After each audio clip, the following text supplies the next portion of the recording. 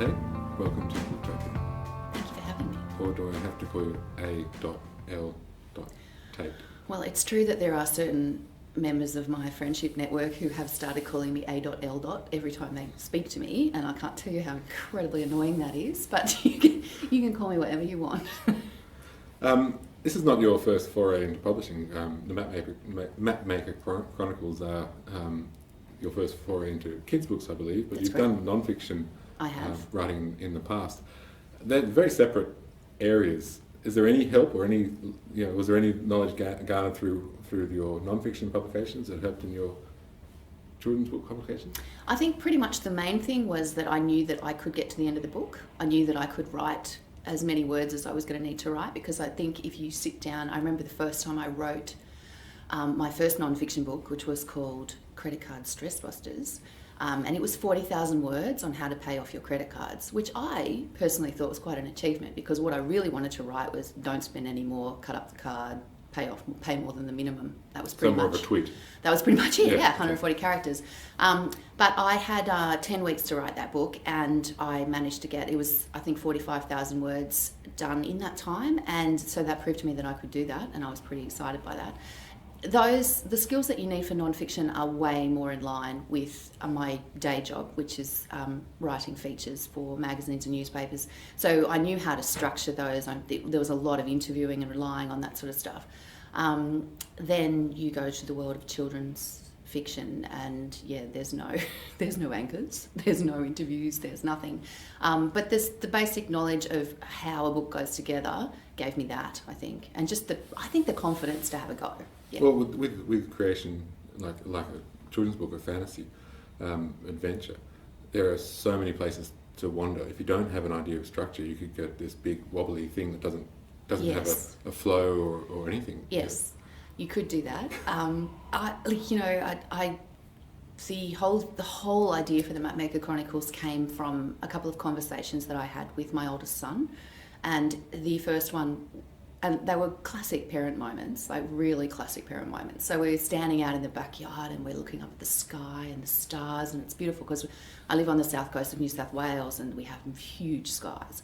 And we're standing out there and it's all, and I'm thinking, this is lovely, like we could write about this in the parenting handbook, this is so sweet. And he goes, Mum, how far does space go?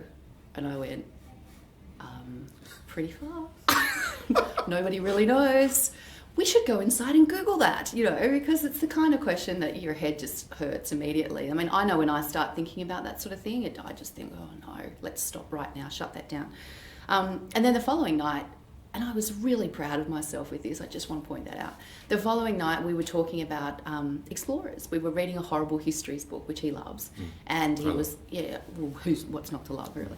And he says to me, how did they map the world? Because he knows I've always liked maps. I have lots of books about maps. I'm dragging them off to exhibitions of old maps, like I'm the world's funnest parent, not. And he sort of goes, how did they map the world? And I said, well, they had to go. And then I had this moment. It was just like, parent moment. I was like, how we were talking about space last night and how far it is and how it makes your head hurt to think about it? They would have felt exactly like that. And I was like, oh, this is awesome. And then I thought, you know what? There's a book in that. And I sort of went, and that just went into the back of my mind, and I didn't do anything with it for ages because I was actually writing an adult novel at the time. I was writing a commercial women's fiction novel, which is unpublished. And so nothing happened, and then I was talking to my agent. I'd finished that particular book, and she said, what are you going to do now? And I said, oh, maybe another non-fiction. And she said, oh, you don't have any children's ideas, do you? Because, I've been asked about that. And I went, oh, I've got this random idea about map makers. And she said, oh, great, send me something. I'm like, I can't send you anything. That's not how I work. You know that. I'll have to write the book and send you that. So I did. I wrote the first draft of the first book during NaNoWriMo, gave myself the 30 days. I thought, right, I'll just see how I go. And I wrote it, and that's what I did. And I think that was probably the best way for me to do it, because if I'd thought about it too much, I would have been overwhelmed by, as you say, like it could have gone anywhere in the structure. But I just went basically on instinct, and off I went.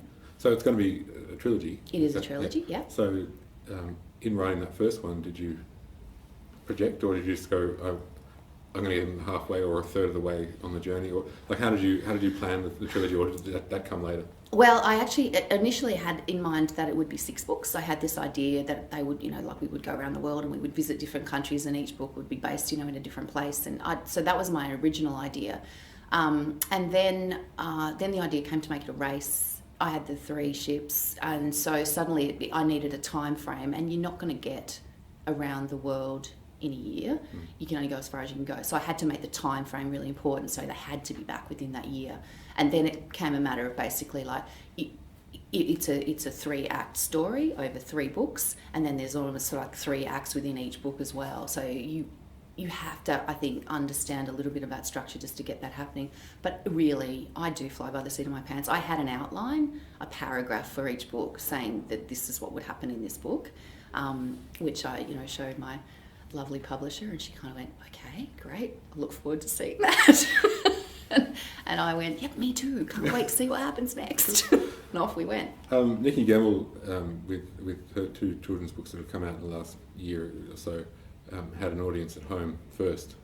Did you? I did. Yeah. I did, How was thank that? heavens.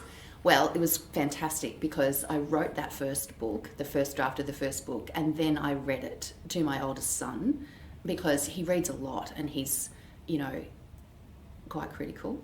So I thought, oh, well, this will be, So I think it's helpful in the sense that I wrote the book for children, but I also wrote it for 2 children in particular, being my 2 boys.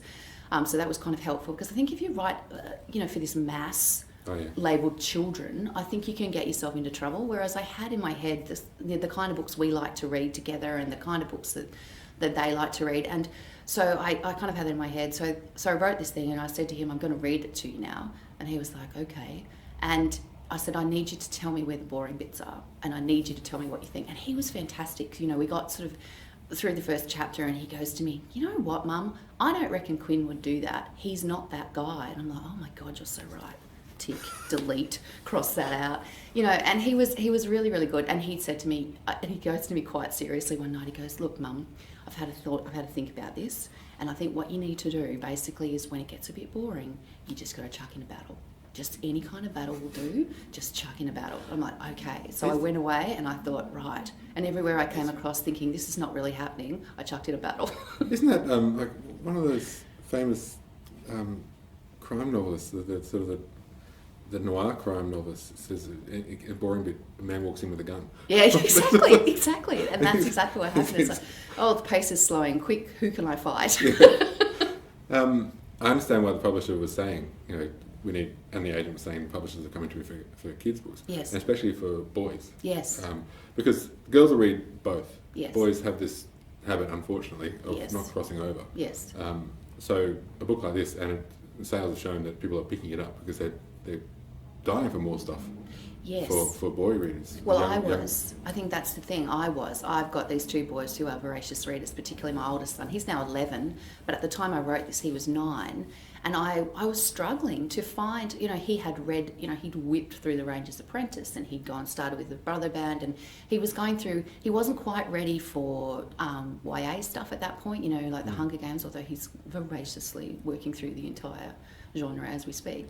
But yeah, it was kind of like, well, what do we read now? And they love a series because, if they like something, they want more of it. And as a mum, they're just a massive bonus because it's like, okay, what do we buy next? Let's just get book 2 or book 3 or whatever, Yeah, So exactly. from that perspective, it was great. And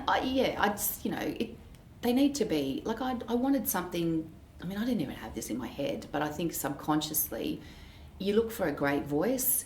Like John Flanagan is just, it's so accessible, and we both loved reading those, and they made us laugh in all the right places, and there was a lot of action, and so you're kind of thinking, well, that's what they liked to read, so that's what I pretty much set out to write, is that kind of book.